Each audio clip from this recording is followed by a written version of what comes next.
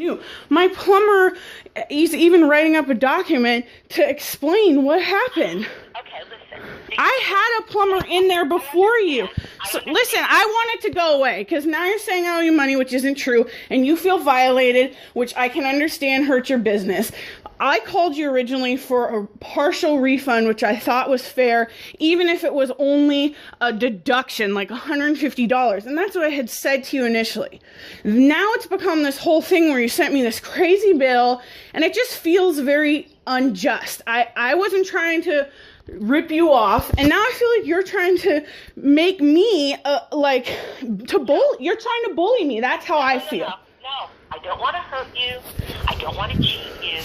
And I think if you really think about it, you would know that Charlie didn't come in there to cheat you.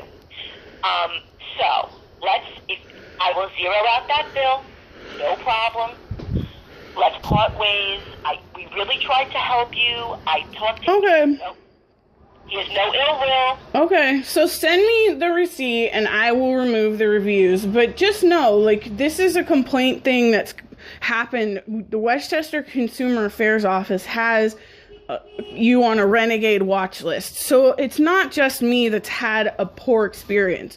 Yeah, I understand that, but let me tell you, we've been doing this for many years. People complain, and I do my best. Believe me, do our best, but you can't make everybody happy. I understand that. And the Westchester Department of Consumer Affairs loves to fine people, and that's how they make their money. So if you don't respond to them, to every little thing, they put you on a list. But we're an honest business.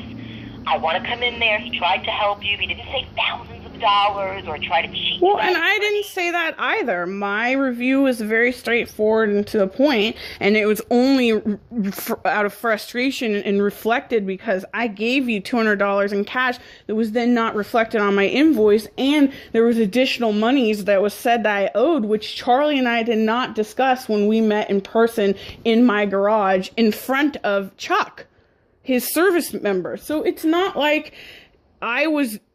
Look, I just bought this condo. This was a very frustrating experience for me to have moved in and have this boiler issue and there not be any experts. And when I finally found someone that said they could help me, and then it still turned out that they're in a position where he doesn't actually know that boiler, I had to call Lars and tell them my story, and they felt pity. So they sent me out a technician from Staten Island. He was here for an hour. He charged me an additional $598 to actually repair the boiler, which wasn't even the problem that he had initially diagnosed, or the feeder valve that he fixed. It was like a gas gauge. I don't even know. And Charlie said there were a lot of error codes on the boiler, and there were a lot of issues, and it definitely would cost you money to fix those issues. I mean, the boiler was... I know you just inherited that boiler, and it's like a 12-year-old boiler, and it was never maintained. I understand all of that.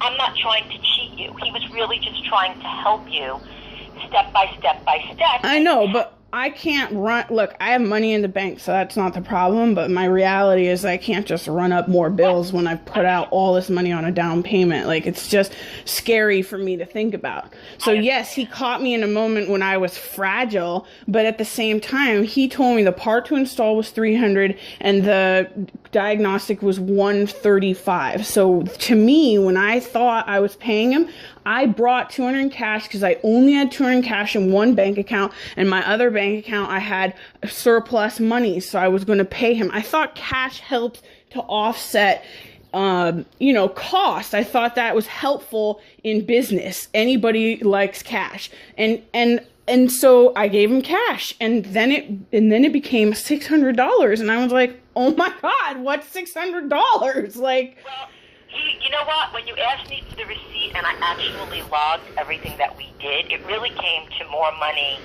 And he doesn't, sometimes he doesn't know. He'll tell somebody, well, this is kind of where it's going to be. But then as he calls tech support and as he kind of goes through the problem, he sees that there are different things wrong. And he himself doesn't know what's going on until he moves along the issue. It's like when you go to the doctor, they find one problem, that leads to another problem, leads to another. He himself couldn't possibly know everything he's going to encounter. But I'm certainly not trying to cheat you, intimidate you, or anything like that. It's just that these kind of things that it's a kind of small little service call for us where we tried to, service somebody. We didn't install that boiler. We've never maintained